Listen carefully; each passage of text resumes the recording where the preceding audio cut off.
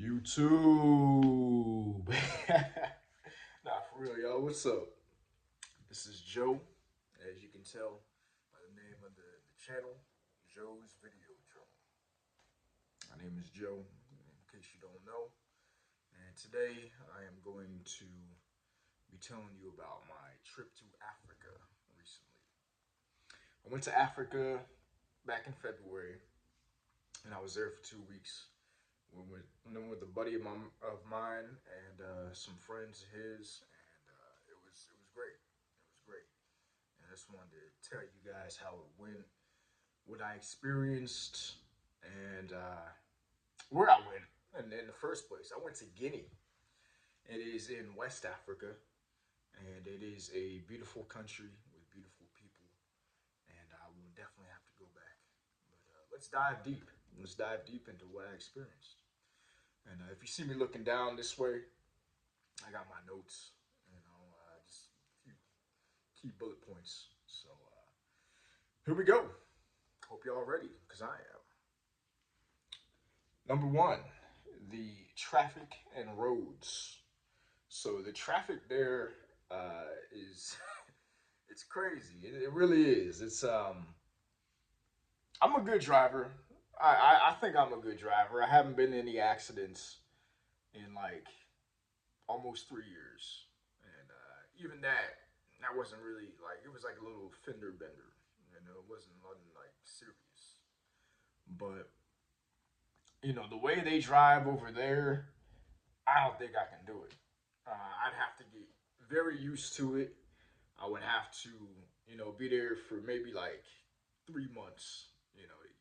To drive around for 3 months, I have to get used to it like that. And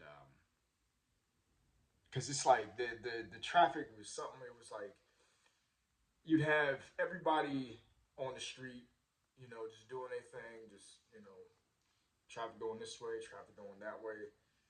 Kind of like just the normal traffic like that. But there was so many cars that it was crazy. I don't know how people get their license over there. I really don't. I really don't, because I just think about it now. It's kind of just like, dang, like really? That's how y'all do it? Hey, but I ain't hating. I'm just making an observation. It's just like, man, like that traffic be serious. And then on top of that, the roads with the traffic is something else too. Because the roads, there's like a lot of potholes. And they're not just your normal potholes. They're literally craters. Like it's like you're driving on the moon damn near. And it's like boom, boom, boom. The whole car is shaking. The whole car is shaking because of these craters of potholes. We did see somebody get hit uh, on their bike. So they were driving their bike, and somebody pretty much t-boned them. They were all right. I mean, I think actually they got off their bike just before they got hit. So they saw they were about to get hit, and they were like, "Oh, let me get off this bike," and they got off just in time. And then after that, like literally, there was another bike that was coming, and he was almost about to crash into the car. So it was like, damn, yo, this is crazy. But yeah. Other than that, we didn't see anybody really get hit. My friend, he was driving. He almost hit somebody, and the guy was like, "Hey, man!" He had a cigarette in his hand. He's like, "Hey, you almost hit me." I mean, damn near did hit him. So I mean, it's understandable for him to get mad. The guy that got hit. I'm just keeping it real. It's understandable.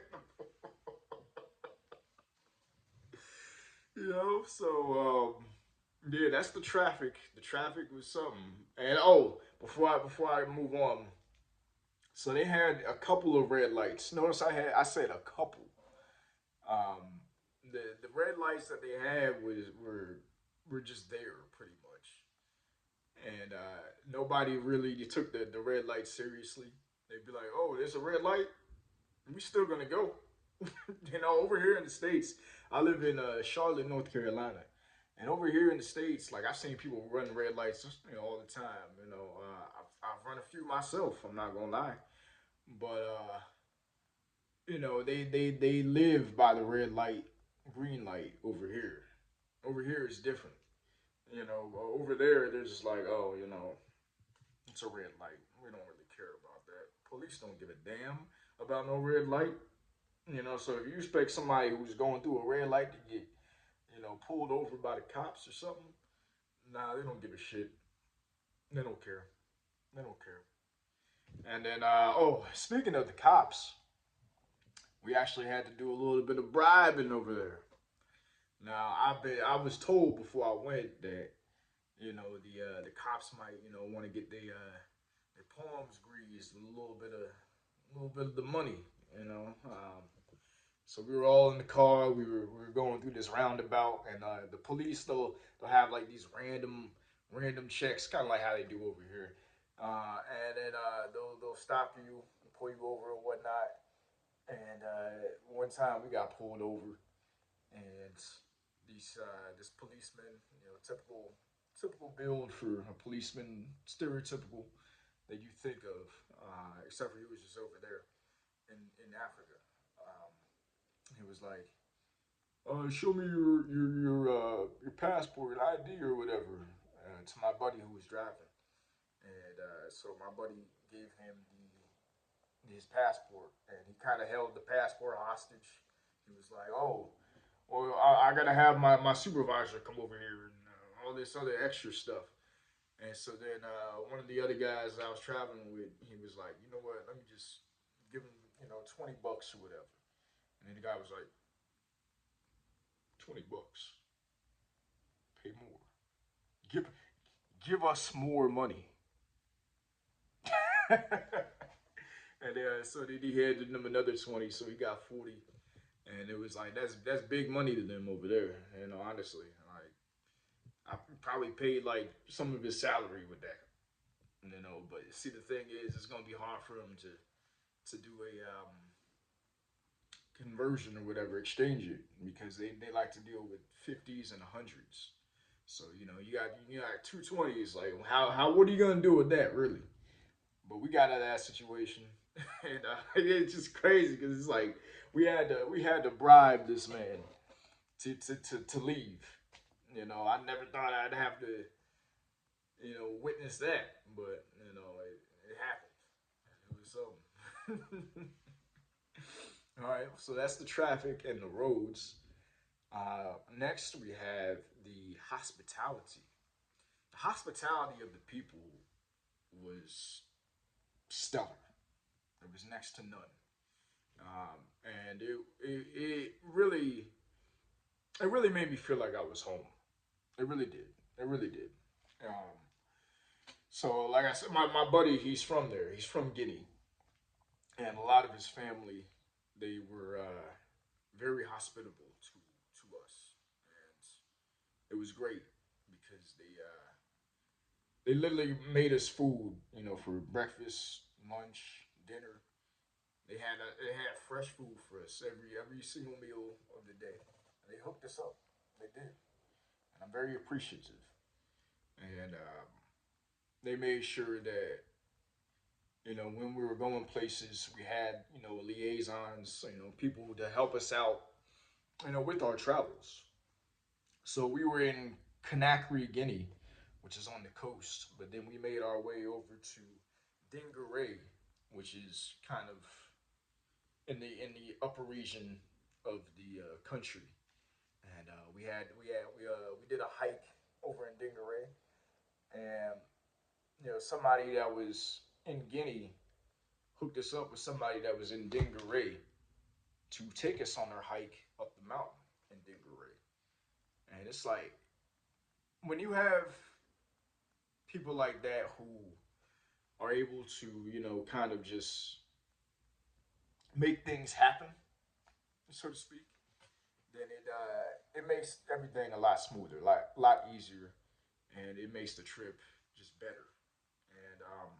And I'm very appreciative of the people in Guinea for their hospitality and also their just their friendliness, the friendliness of the people. There really wasn't. We didn't have any problems really.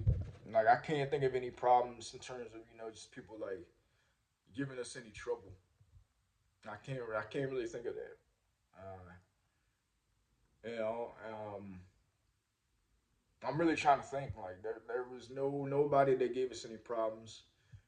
Nobody out there I really saw that was looking all sad and whatnot. Like over there, I feel like people were a lot happier and they had a lot less than we have over here, and it made me really appreciate just what little that I have over here. It made me appreciate it a lot more, and I'm gonna get back to that later. But that was the hospitality, and speaking of them bringing us food for breakfast, lunch, and dinner, I want to go to the food quality. The food quality was amazing. It was fresh. It was cooked with TLC. Tender loving care. Michael Jackson. Anybody? Um, but yeah, it was cooked with a lot of care and a lot of nurturing, and you could tell that it wasn't like what we have over here in the states. Because over here in the states, it's like the food quality, it's not up to par. I'm just keeping it real. I kind of feel like sometimes we're eating damn near poison. That's what it feels like. You can disagree with me. You can agree with me. It doesn't matter. That's just how I feel. That's my opinion. And yeah, it just feels way different coming back to the states and eating the food here. It's like I almost want to do more cooking. I do a lot of cooking, but I feel like every meal I should eat should damn near just be home cooked, with good ingredients, even if it is a little bit more expensive. I'm more aware of cognizant, I guess, of what I put in my body now after the trip. After eating so good over there, it was like I gotta continue to eat good over here because I don't want to lose that steam of good health. Pretty much over there, we were eating fish most of the time. So I was a pescatarian for the most part for about 2 weeks, and yeah, it was great. A lot of couscous, a lot of fish, some chicken. We didn't eat a lot of vegetables because the thing with the water, because they wash their fruits in water, um, with the or fruits and vegetables with the water, and the water is different over there than it is over here, and all the bacteria. So there is that. The bacteria is different, and in order for you to get used to it, you're gonna have to be there for a little minute, probably like 2 3 months. But we didn't have that time. Thankfully, nobody got sick. I think I went on a group of 5 people, including myself, and I think one person might have gotten like a little bit of sick, but not like too serious. Like it was like done within an hour or something, like, or not an hour, like a day, like a night maybe, and then they were good the next day. So nothing real, nothing like you're like on the floor, like, oh please, oh, I gotta go home, I gotta go home. Nothing like that, nothing like that. But yeah, the food quality was really good. You just felt like you were eating real stuff. Like none of that fake stuff. Even the fast food. I went to this fast food chicken spot out there. I was like, I gotta try the fast food out here. I gotta see what is up with it. And even that felt real. It didn't feel like I was eating like rat poison or something like that. But and it was cheap too. And that leads me to my next point: the economic advantages business opportunities that there are. You know, coming from the States, you know, people think that traveling is very expensive. And I always say this, I always say that for the most part, what's expensive is paying for the plane ticket and paying for your lodging. But when you actually get there, um, you know, if I wasn't traveling with, you know, four other people and we weren't going to the nicest spots to eat, I probably, if I was just traveling by myself, I probably could have, you know, done that trip in 2 weeks and only spent like $200. Probably. I'm so serious. Like it didn't you know it wasn't that much, and the conversion rate, the exchange rate was so high. Like 100, I think $100 was 950,000 Guinean francs, and everything, and like stuff was so cheap. It was crazy, and the thing was, it was of quality, so it wasn't just like cheap. Like, oh, you know, he's getting this cheap stuff. Like, oh, you know, no, it was of quality. But coming from the states, it was like, oh, you know, I got $100 here. I can get 950,000 Guinean francs, and I'm good. And then just go and exchange more if I need it. Yeah, that was something.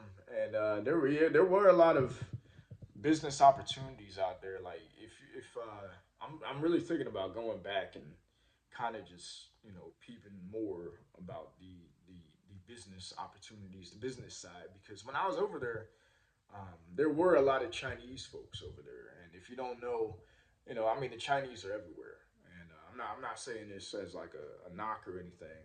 I'm just saying it as a fact. The Chinese were everywhere, and they do their business stuff, and obviously they see that there's a lot of opportunity out there. So there is a lot of opportunity out there, and I look forward to going back and seizing that opportunity and seizing the opportunity to help build over there and help build the infrastructure, help maybe even build a house for myself. And that's the thing. It's like what I realized is that over here, we're paying all this money. We're paying the rent. We're paying the mortgage if you have a house, property tax if you have a house. We're paying the electricity, the water, all that, all that stuff. And it's like, dang, like the bare minimum over here is still way more expensive than the bare minimum over there. Like the people over there, they're living off the land. They're living, off of what they have. And it's like, man, like when you think about all the stuff that we're paying over here and what we have to just do to get by, you're still richer than the poorest person over there. You're still richer than the poorest person over there. And it really does something to you when you think about it. Like it really doesn't take that much to live good over there. And I see why the people are happier. I really do. I really do. Because it's like so much stress comes with trying to keep up over here. They don't even have the same kind of stress or whatnot over there because they don't have to keep up in the same way. And yeah, yeah, there's a lot of opportunities out there. Next, I want to talk about the safety. Um, the safety over there. I felt like I was safe over there. Like there was no times where I was just like, oh, I gotta be. Of course, I'm not out here like, ooh, man, everything's all good. No, nothing like that. I mean, I still kept my head on the swivel. I'm looking around. I'm like, but I never felt like, especially when I was at the ATM, But that's everywhere. You got to be careful at the ATM, of course. Not just over there, over here too, because people they'll get you. They'll get you at the ATM when you're not looking. But yeah, I never really felt unsafe when I was over there. I kind of felt like, these are my people, honestly. And as you can see, I am a black man, and my heritage is African American, right? That's what they call it. But my roots obviously go back to the continent. I did a DNA test, and most of my DNA was coming from Mali, so the country right above Guinea to the northeast of Guinea. Um, yeah, so I was over there. They were like, "Hey, is this guy Fulani?" It's one of the tribes out there. They thought I was Fulani until I started speaking. They were like, "Oh no, this guy's from the United States." My buddy had to explain. He was like, "No, no, no, he's from the United States. He's from the United States." But it was all good. Um, yeah, beautiful woman out there, beautiful, beautiful people. But I'm a straight man, so I gotta give props to the ladies out there. Yeah, and but yeah, going back to safety, I really didn't feel unsafe when I was there. Um, just the infrastructure was different too, and there was like when we were staying at the Airbnb, there was a lot of problems with the water. Like sometimes the water would shut off. Sometimes the electricity would shut off, and they'd come and fix it. So there is that. Like there is like some things over here that we take for granted. That even if you do pay your bill, like or if you do pay your bill, you're gonna get your electricity, your water, your Wi-Fi. You're gonna get all that stuff. But even if you do pay your bill over there or whatever, however they do it, um, they still might shut off on you and whatnot. So they got a long way to go in terms of keeping up the infrastructure, keeping up the water and everything. But really, really something that I crave. Um, um, and one of my friends, I was sitting down with one of my friends after the trip, and they asked me, they were like, "Hey, what was your favorite part of being out there?" And at that point, I really hadn't really thought about it because it was still, even though it was still fresh, we just experienced so much over there. We had to take bucket showers, by the way. So we had a bucket, and we had the soap, and we had a cup in the water in the bucket, and we poured it all over ourselves. Man, we got the full experience, man. But I guess people do bucket showers over here too, so it's no different. But I've never done a bucket shower. I'm gonna keep it real. I've never done it, but it actually felt pretty good. It was because that was out in Dingeray, and it was like 96 degrees, and it was like hey, we need that shower going. So the water was cold, so it was great for that. But going back to what I was saying before, one of my friends asked me like, what was my favorite part of the trip? And I just told him I told her I was like, hey, probably the beach, and I really meant that. The beach was really great, and it was really great, especially after everything we did for the first week. We went to the beach on the second week, and yeah, it was great. It was beautiful too. But you know, when I started thinking about it, when I really started to, break down what I experienced, I gotta say that it was being around my people that look like me, and I have no problems with white people, no problems with any other race or whatever. So don't get it twisted. But there's just something about being around people that look like you, and you know they're not looking at you because you're black, and it's something.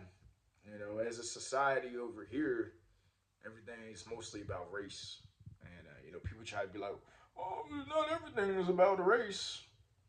Oh, you're right, but a lot of things are, and you just got to keep it real. You can't lie to yourself. So when I was over there, I was like, man, like I'm around, all these people that look like me.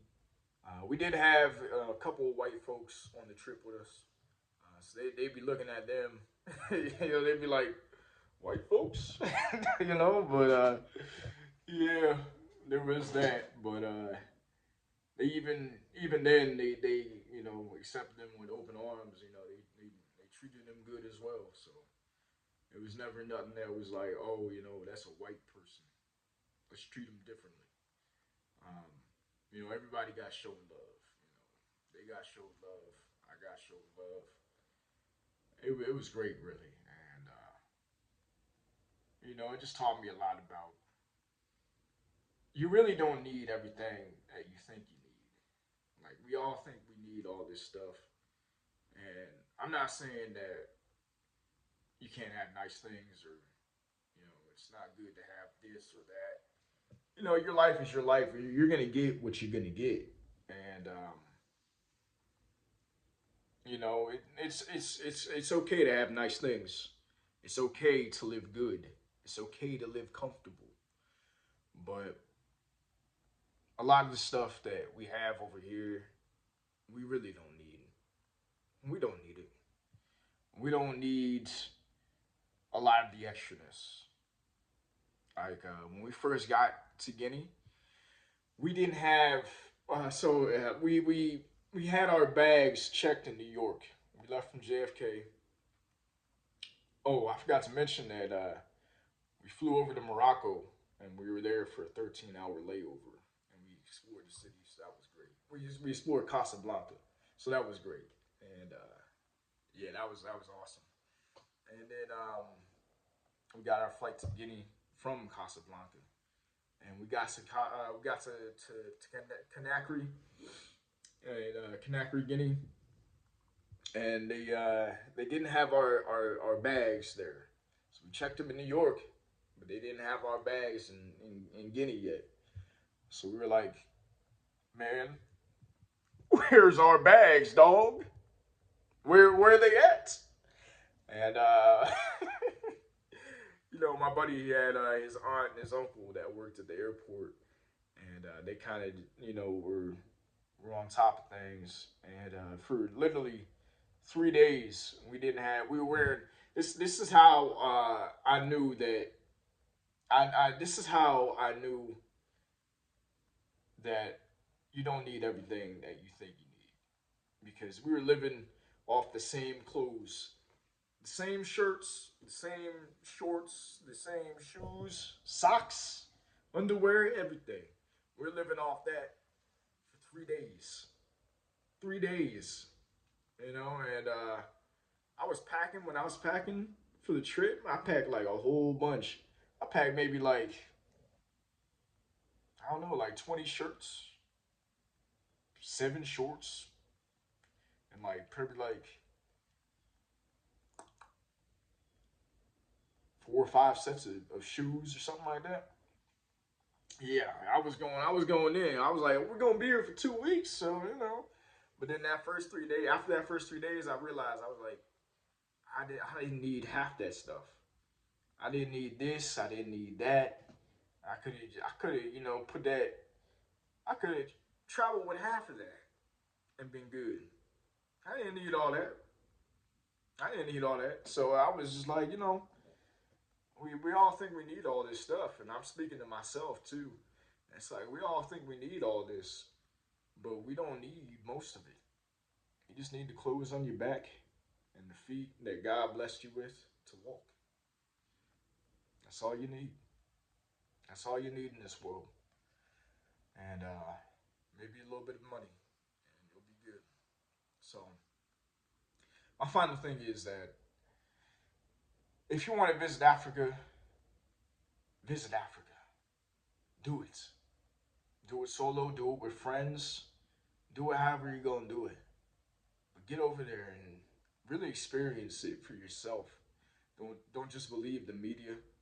Um, the Western media will tell you all these things, but the crazy thing is that France then colonized a lot of African countries, and when you go to France, you're like, oh, this is so nice. Oh yeah, but you know what? You know what? A lot of those African countries are paying billions, if not trillions, of dollars every year to France just because they colonized them. Now, Guinea has their independence, but a lot of other countries that have been colonized are paying billions, if not trillions, of dollars just because they colonized them. So France is sitting back getting all the money like, ooh, ooh, yeah, yeah. You're like, ooh, nice, yeah, yeah, ooh, yeah, this is so good. Yeah, and it looks nice, it looks good, but most of that money is coming from Africa. And on top of that, most of the things that we use on a daily basis, are coming from Africa. So I say in my mind, I'm like, hey, Africa is richest continent, the richest continent on Earth. On Earth, there's no other continent that competes with it. And yeah, why do you think the Chinese are there? Why do you think the Japanese are there? Why do you think the Americans are there? Why do you think the French are there? Why do you think this country, that country? Why do you think they're all there? There's a lot of business to be done over there, but you gotta do it in all fairness. You can't just screw people over. And so all the countries that are, over there that aren't, treating the Africans fairly, you're gonna get your just due. Whether it be France, I don't know about China. I think they're just doing business, but France for sure. They keep on taking from the continent, and I don't like it. But yeah, yeah, you got to realize that that's why they call it the motherland. The motherland. We all come from Africa at some point. You can deny it. You can say no, no, I'm not coming from over here. That's cool. That's cool. I'm not going to fight you on it. But yeah, we all come from Africa, and I'm just gonna keep it at that. And yes, that was my experience in Guinea. Like I said, I gotta go back. I might have found myself a little wife out there. I'm not gonna lie. I'm not gonna lie to you. We're gonna see how that goes. But I definitely gotta go back to Guinea and just see other African countries because now that I got my passport, I'm outside, y'all. I'm outside. So I'm gonna be over in this country, over in that country. I'm stamping that passport up. Because for like about 10 years, I didn't travel outside the United States. So I'm like, what I'm pretty much like now, I'm like that kid that had like strict parents who didn't let him out the house or nothing. Now that I got my passport, I'm out the house. I'm out the country. You know what I'm saying? I'm here, I'm there. People are like, where are you going next? Weren't you just there? Yeah, I was just there, and I'm going here, and I'm here now. So yeah, I just want to say thank you to everybody in Guinea, um, everybody in Morocco. Y'all showed me love, and especially I gotta say thank you to my good buddy, my good friend Amadou. from Guinea, who took me back to his homelands, his country. I'm very appreciative of the opportunity, and I got to go back again. And yeah, yeah, I appreciate if y'all made it this far. I appreciate y'all for making this far in the video, and I just hope that you visit Africa for yourself. You know, no, don't just take my word for it. Go out there and experience it. Experience life to the fullest. That's what I encourage all y'all to do. You know, don't live stupidly, but live courageously, live boldly, live with a sense of purpose, and don't be confined. Don't let nobody confine you. You know, because society will definitely, you know, especially Western media, Western society will paint things as one way, but really they're another way. And you gotta figure it out on your own. You gotta see what's out there.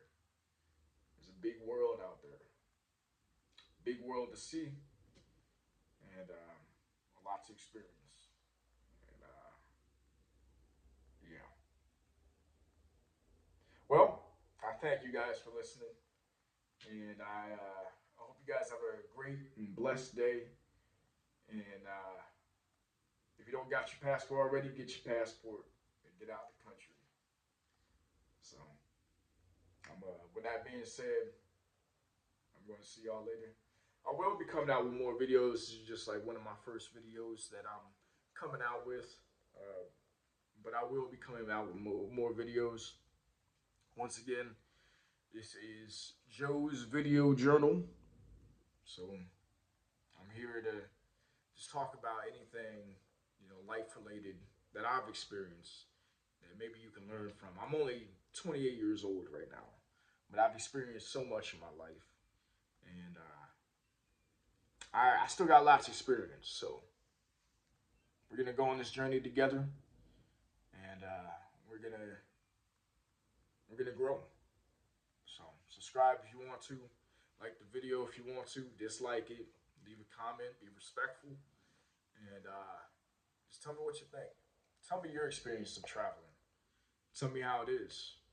Tell me places you've been to, places you want to go. Yeah, just tell me what you want to tell me. You know, please. But I look forward to hearing from y'all. So, I guess once again, have a blessed day, and y'all be well. Peace.